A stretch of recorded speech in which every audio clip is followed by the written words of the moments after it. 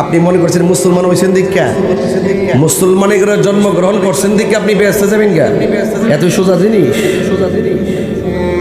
মুসলমানের ঘরে জন্মগ্রহণ করলেই বেহেশতে যাওয়া যায় না, মহব্বত লাগে। কি লাগে? মহব্বত। আমার ভাইয়েরা, আমি অনুরোধ করে বলবো, আপনাদের সকলকে অনুরোধ করে বলবো, দুনিয়াতে আর থাকবো কই দিন? চলে যেতে হবে একটি জায়গায়। বলুন সেই ঘরের নাম কি? একটু বড় করে বলে না, ঘরের নাম কি? আমার ভাইয়েরা, এই কবরে যেতে হবে। কবরে যাওয়ার আগে আমাদের সকলকে সত্য যেটা, এটাকে উদ্ঘাটন করে যেতে হবে। যদি মিথ্যার পিছনে থাকি, অন্ধকারের পিছনে থাকি, কবর অন্ধকার হয়ে যাবে। দুনিয়ায় থেকে যদি আলোর সন্ধান করতে পারি, তাহলে আমরা কি হব? আমাদের কবরটাও আলোকিত হয়ে যাবে। বলেন, কারবালায় হুসাইনের পক্ষে থাকতাম নাকি এজিদের পক্ষে? কারা কারা থাকতেন একটু হাত তুলেন তো দেখি। দুই হাত সোজা করেন।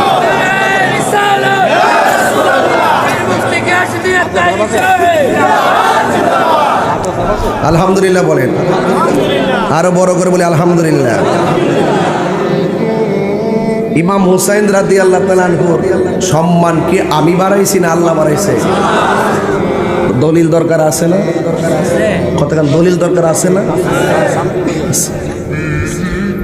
ওই আমার ভাই একটা কথা কইছে, তোমরা যারা কেউ তাহিরুল কিছু জানে না, আজকে বইয়া হুনো কি থাকো কইছিনি কথাটা? আসলে আমি কিছু জানি না। আমি যে কারো জানাবো বুঝাবো এলেন, কিন্তু আমার নাই। ভালোবাসি দিকে কয়া লাইছে আর কি। এরপরে কিছু কথা কয়া যায়, যদি ভুল ত্রুটি হয় দয়া করে ধরেন। শ্রীমদ্দির মানুষ তো নবী প্রেমিক মানুষ। আশা করি দলিলগুলো শুনলো ওনারা বলতে বাধ্য হবে যে শ্রীমদ্দির জমিনে তাইর হিসাবে যে হাদিসটা বলছে, আমার 14 গোষ্ঠী হাদিস শুনছে না। এটা আপনি বলতে বাধ্য হবেন। দেখেন আমি কি করি। এত বড় চ্যালেঞ্জ করতে পারতেন না আপনারা? বোঝার চেষ্টা করেন। ইমাম হুসাইন রাদিয়াল্লাহু তাআলার ব্যাপারে সিদ্ধান্তটা শুনেন। আল্লাহ পাক তার হাবিব সাল্লাল্লাহু আলাইহি ওয়াসাল্লাম কি বলেছেন শুনেন। ও বন্ধুরে, গভীর মনোযোগ মহব্বত নিয়ে বসে যান। আপনারা জবান খুলে বলুন, আহলে বাইতকে ভালোবাসা এটা কি মোল্লার সিদ্ধান্ত নাকি আল্লাহর সিদ্ধান্ত? কারবালার জমিনে নামাজ ছিল কি ছিল না? ইমাম হুসাইন রাদিয়াল্লাহু তাআলা আনহু গায়ের ভিতরে অনেক বর্ষা তীরের আঘাত, তলোয়ারের আঘাত নিয়ে ইমাম হুসাইন রাদিয়াল্লাহু তাআলা আনহু নামাজ পড়ছে কি পড়ে নাই? ইমাম হুসাইন যদি হকের ময়দান থেকে সর্বশ্রেষ্ঠ ইবাদত নামাজ পড়তে পারে, আমাদের শ্রীমদ্দির মানুষের নামাজের দরকার আছে না নাই?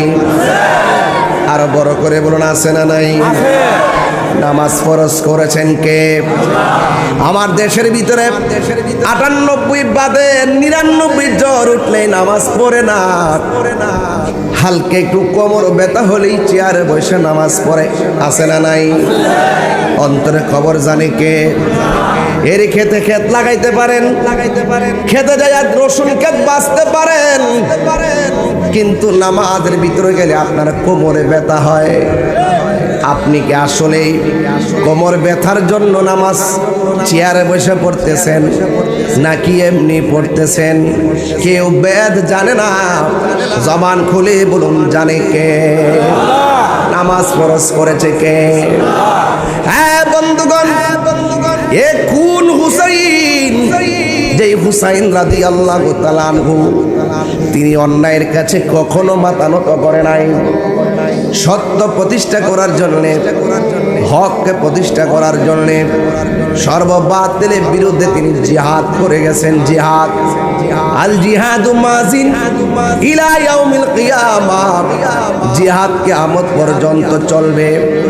এই জন্য ইমাম হুসাইন রাদিয়াল্লাহু তাআলা বুঝায় গেছেন, যদি কেউ হকের পথে না থাকে, যদি কেউ সত্যের পথে না থাকে, যদি কেউ নবীর আদর্শের দিকে না থাকে, যদি কেউ আল্লাহর বিধান লঙ্ঘন করে, ওই সমস্ত মানুষ যদি সত্যের বিরুদ্ধে চ্যালেঞ্জ করে, ব্যক্তিগত এজেন্ডা বাস্তবায়ন করতে চায়, যদি কেউ মানুষের উপরে জুলুম করতে চায়, অধিকার লুণ্ঠন করতে চাই, সত্যকে দাফন করে ব্যক্তিগত আধিপত্য চাপিয়ে দিতে চাই, যে আমি সুদ খাইলে খাই, সমাজ আমি যা করবো তাই মানতে হবে, মানবেন? মানবেন? এইভাবে যদি কেউ আধিপত্যবাদ সমাজে কায়েম করতে চাই, সে যা বলে আমি তাই, সে যা বলে তাই করতে হবে। হারামকে হালাল বলে, হালালকে হারাম বলে, নবীর বংশের বিরুদ্ধে চলে যাই।